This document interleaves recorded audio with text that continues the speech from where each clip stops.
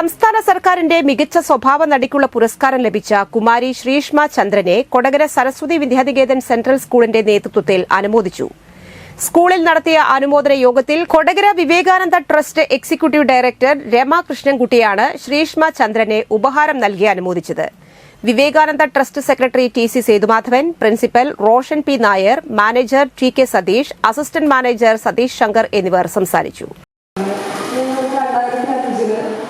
My father was abroad.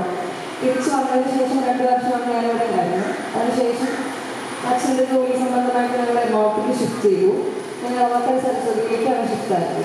From this family to another family, അത്രയേ ഉള്ളൂ. വിദ്യാർത്ഥികളുടെ ഫാമിലിയിൽ ഞാൻ ഒരിക്കലും മാറിപ്പോയിട്ടില്ല. മുന്നേ ക്ലാസ്സിലായിരുന്നു. So I remember that day.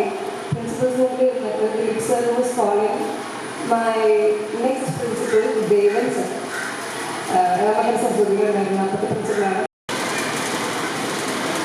നമ്മളെ എല്ലാവരും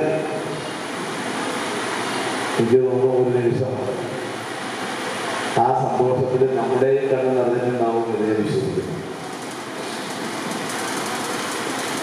നിങ്ങളെപ്പോലെ തന്നെ ഇതേ സ്ഥലത്തിരുന്ന് പഠിച്ച് അത് കുറച്ചു കാലത്താണ്.